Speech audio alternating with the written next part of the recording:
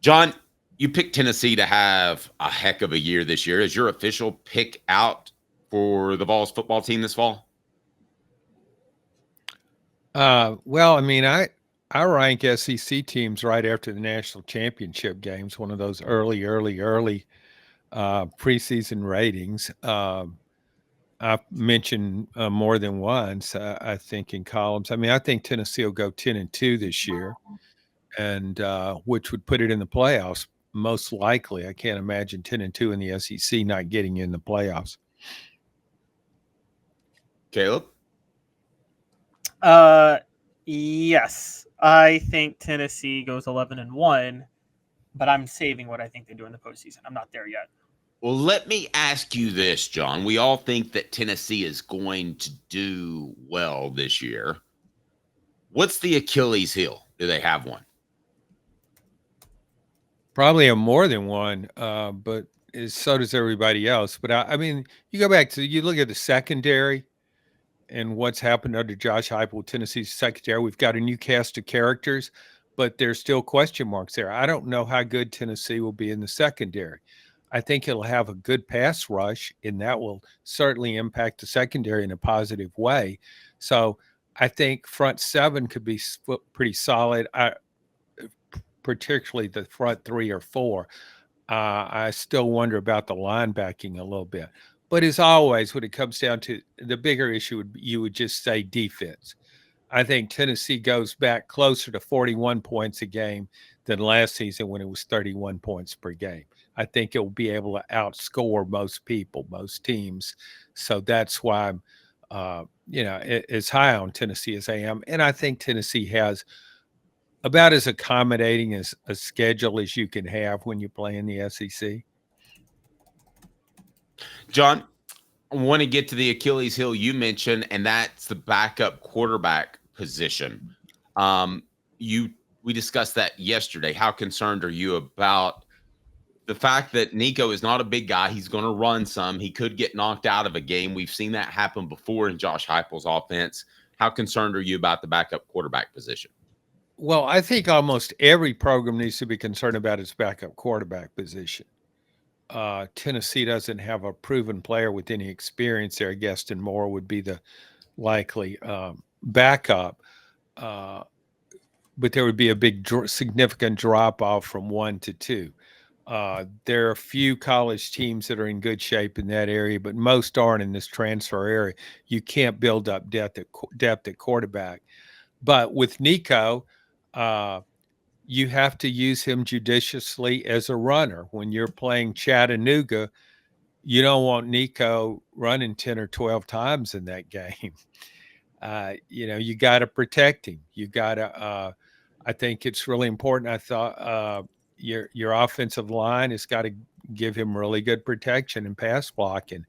Yeah, I think that's an issue too. Uh, College football is kind of like, again, like pro football in so many ways now. If your number one quarterback goes down, it's, you know, uh, what are you going to do now? I mean, it just completely changes everything. And Tennessee has one of the best quarterbacks in the country. So to lose him, the drop off would be terribly significant. Caleb, I want you to jump in here, but I want to share. I want to report what I've been told about Tennessee's quarterback position, and that is we joked around about Gaston Moore last year. Gaston Moore can play. There's some people that really like him, not only in Tennessee's camp, outside that have seen him play before. So if there was a game on Saturday, I think Gaston Moore would be the backup quarterback. And I know people think that's crazy because of Jake Merklinger and he's highly rated.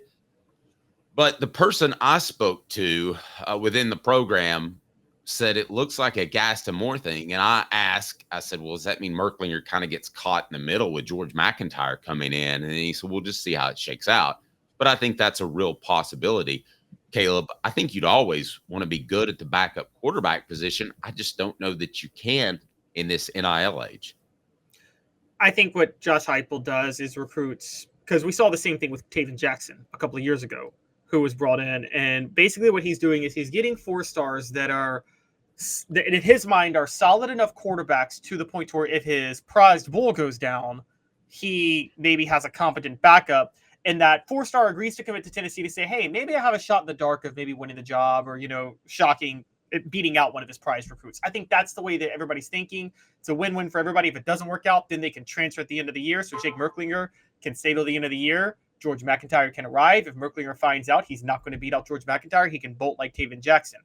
I will say, if what you're saying is true, Dave, that's a big red flag about Jake Merklinger. Because even if you think Gaston Moore can play, if someone's going to tell me that Gaston Moore has it over Merklinger because of the experience, I'm not buying that.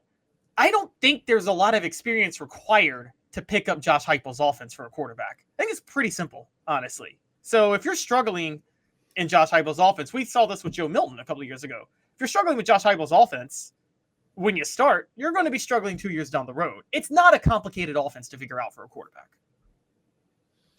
John, I'll ask you this question. Tennessee fans, are they worried? The poll question, should you be worried about Tennessee's backup quarterback position this fall? A lot, a little, not at all. How disconcerting do you think it should be? Well, I don't know how these guys will play, so it's kind of an unknown thing. But I would be extremely concerned about it. I just because what that's a really good point Caleb makes. If you bring in a 4-star quarterback and he can't get a grasp on this offense right away, you wondered if you brought in the right 4-star quarterback. I think I'm going to make an argument in Josh Heupel's favor, and I feel very strongly about this, having covered recruiting. I don't think you can get your pick of the litter of a quarterback the year after you got your pick of the litter of a quarterback.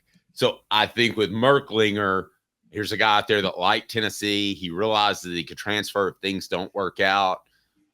I think a coach, and I remember Philip Fulmer used to always say this, you want a quarterback in every class, a quarterback in every class. It may not be possible, but they may have strived for that and taken Merklinger, who could be solid, but is not yet spectacular.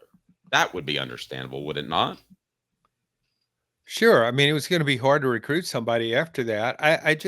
After Nico, I just think the key thing, and I hate to keep harping on this, but to me, it's very significant, was that Josh Heupel went out and really went after the guy he wanted to get was Joe Milton, the transfer from Michigan. And I don't think Joe Milton's skill set fit this offense. I think he proved that in his time here.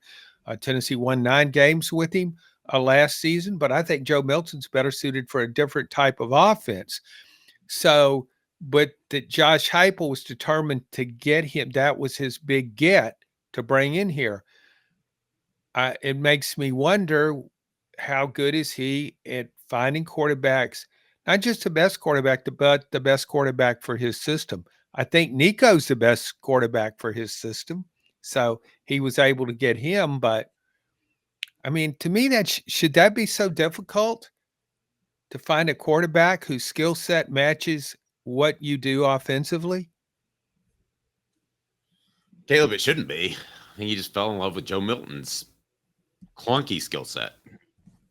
Yeah, he fell in love with the arm. I mean, we've covered this a lot. He just fell in love with the big arm. And it's funny. We just compared Heupel to Tony Vitello, and John brought up a great point with Milton being, not picking the right quarterback, because, if this were baseball and Heupel's personnel management were like that, it'd be really bad, because one of the big differences between coaching baseball in college and coaching football in college is football play calling is a factor. An offensive system is a factor. Baseball, I mean, 90% of success for a baseball program is roster management and talent evaluation on the recruiting trail, where Tony Vitello has been off the charts good at, quite honestly. He really has, yeah.